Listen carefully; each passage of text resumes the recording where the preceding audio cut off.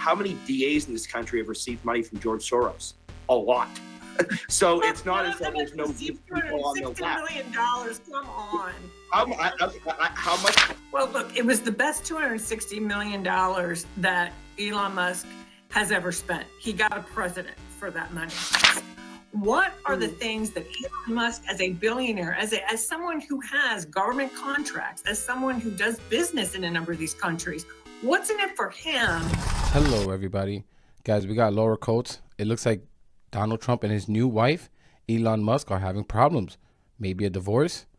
Let's take a look at this segment and we'll talk about it. Well, but TW, to stick with you, one thing that Congresswoman Sidney Kamlager-Dove mentioned was the idea of the role and influence of so-called billionaires. I shouldn't say so-called billionaires like Musk and beyond. And New York Times Maggie Haberman reported that Trump has privately complained about Musk being around a lot. This says the incoming White House Chief of Staff, Susie Wiles, telling Axios, "I don't welcome people who want to work solo or be a star." How do you interpret this role of so-called kind of first buddy? Yeah. First buddy? Come on, it's first boo-boo. Let's be real. I think those are two sort of different things. Susie Wiles ran a tremendous campaign. It was a tight-knit, efficient operation. I think she's going to bring that to the White House, and she's just simply spelling out her theology on running an organization. Elon Musk and Donald Trump have their own relationship that they're going to have to work out as they go along. How is Doge going to interact with the White House? What is, he's been inviting Elon Musk to talk to world leaders. We've seen reports on. Is that going to continue or is that going to change? That's all a personal thing between them. Susie Wiles is worried about the White House. Trump and Elon will have to work out their personal relationship. But, in terms of oligarchy and stuff, how many DAs in this country have received money from George Soros? A lot. So it's not as though there's no people on the left. $260 million, come on. How much money has George Soros spent on Democratic politicians over his career? The man's ancient. It's probably a ton. Well, let me This is such a stupid argument. I'm sorry. If I was a multi-billionaire, multi-millionaire, it's not that weird for me to donate to leftist causes, things that I care about, that I wish society would care about or do more for, right? Like, that's not that insane. The problem is Elon Musk looks at Trump and knows that he's just a greedy moron, can give him money, and then he can have control over everything, like what he did with the spending bill, because it was going to hurt his money. It would limit his investment in China. Same thing with the H-1B visa thing now. He wants to be able to pay workers less and work them harder and make it harder for them to quit. Like, he just sees Trump as a bumbling moron. And MAGA, he sees you guys the same. You guys are little puppets to him. He says little racist and sexist things, and you guys are like, oh yeah, like little seals clapping. Yes, he's for us. While he's robbing you blind. Focus on the question I was asking, though, and why I think it's important, especially Karen, on this point, because one of the points that TW just raised was it's based on the personal or decision relationship of Trump and Elon Musk. I'm paraphrasing you, of course, here, to decide whether he ought to meet with world leaders. Am I naive to think that that is actually the opposite of what's supposed to happen for non-elected officials from the billionaire perspective? I mean, I'm not a billionaire, but I would assume that a president would have a professional view of who should meet with world leaders in his stead or beside him. Well, look, it was the best $260 million that Elon Musk has ever spent. He got a president for that money. He now we've seen over the week. He has a puppet. He has a puppet. This is why I say Trump is weak. He's so easily manipulated. You dangle money in front of him like a carrot, he'll do anything. He'll throw his whole base under the bus. That's what he's doing now with this H-1B visa thing. The base is pissed about that. Right? You made them racist, bigoted people, and they're trying to follow through. And you're saying, oh, no, these are some good brown ones. And they're just not having it. MAGA, this doesn't tell you everything you need to know. And actually, I have something else to say later on that you want to stick around for. Again, we see him attacking the UK with misinformation and disinformation. we see him just deciding that he's going to, support the far right leader in Germany. That's very dangerous. As someone who is known to be a buddy of the president, or the president-elect, to sort of be trying to, impose himself into the governments of other countries who are our allies, countries with whom, to your point, we have a national interest. We have both, whether it is national security interest, whether it is our diplomatic interest, whether it is our economic interest. And so those are the things on which President-elect Trump should be trying to make those decisions, not based on, by the way, the question we should be asking for ourselves is, what's in it for Elon Musk? What are the things that Elon Musk, as a billionaire, as someone who has government contracts, as someone who does business in a number of these countries, what's in it for him in that he's trying to influence the United States of America to basically continue to line his pockets? And guys, like, the glaring obvious issue here is that this effing guy has too much money. He's worth $400 billion, guys. And he's still being a greedy bastard.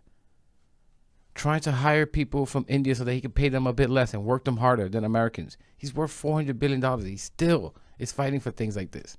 These people are greedy. It's never enough. And this is the problem with the super wealthy. And this is, every chance I get, I'm going to talk about taxes, guys. And MAGA out there, you guys love to defend your billionaires, right? Because you guys know it's moronic, but you can't help. You guys are such a cult. You have to defend the super rich, like Peter Thiel, Vivek, Trump, Elon Musk, while they're screwing you. Let me tell you something very simple about the tax system. Again, I come from a math background, more specifically a finance background. Why is it, think about it, as your income goes up, your tax rate goes up? Makes sense, right?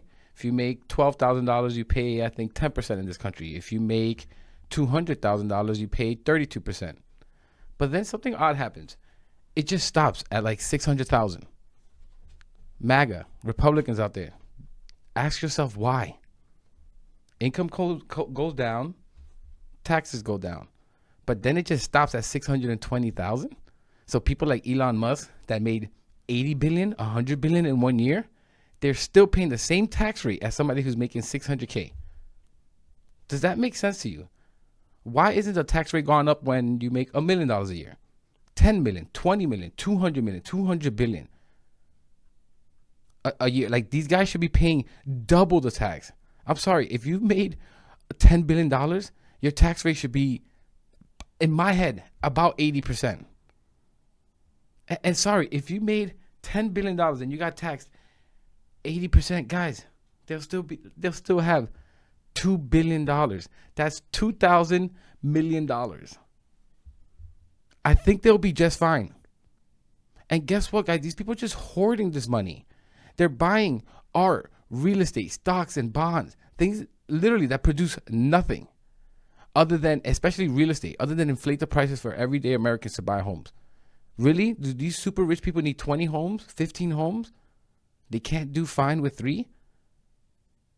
The money would just be much better spent if it wasn't just in these people's bank accounts. And it was actually, like, think about it, people out there that make 50K.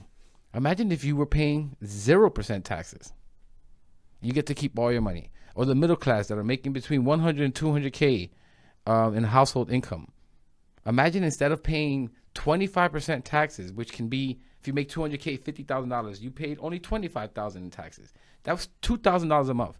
Guys, the reason that we pay so effing high in taxes is because the super rich are paying so little. And guys, this is just a tax bracket. Again, if you make $6 million a year, why is your tax rate not gone up? Why aren't you paying 50%? Why is it when you make 100 million, you're not paying 70%? Like, why doesn't it keep going up? Ask yourself that, MAGA, instead of always bending over and just obeying your dear cult leaders. Ask yourself that. Why doesn't it keep going up? Why does it just stop? This is the power that the super rich have. They're able to just stop the tax rate from going up against them. While we take, and they'll say stupid things like, well, we pay the majority of the tax. You make my argument, people like me's argument. You have the majority of the money. That's why you're paying 45% of the total tax. The top 1% pays 45% of the tax. Shouldn't that tell you how much money they have? And guys, this is not including the tax shielding that they do. The people like Elon Musk take no salary, but then take a loan against his stocks so that he pays no income tax and only has to pay the interest rate to the bank, which, as you can imagine, is damn near zero. These people are gross, and it's made in a way to screw the middle class more than anyone. Guys, homelessness could not be an issue if we tax these effing people. So many different things can happen. You could buy your first home. You could start your business. You could open your restaurant. So many different things. But anyways, I'm going to leave it there. That's my rant. I'm going to bring up taxes every time because I think 85% of this country's problems, that's just a number I'm throwing up, could be solved if we just tax people fairly. I'm not against you being a billionaire or millionaire. I just think that you should pay your fair share of the tax rate. Don't give me this amount crap. Tax rate. As you make more money, the tax rate should go up. That's it. Just like it is for every other American. For everyone else under $500,000, as the tax rate goes up, as your income goes up, the tax rate goes up. Then it just stops. Once you make 60 million, 80 million, 100 million, you're still paying the same tax rate percentage. It's just insane. But let me know what you think in the comments, guys. I'm going to leave it there. Thank you for watching. I'm going to try to get to respond to more comments. That's going to be my big effort going forward. But thank you for watching. Please subscribe if you're not, and I'll catch you in the next one.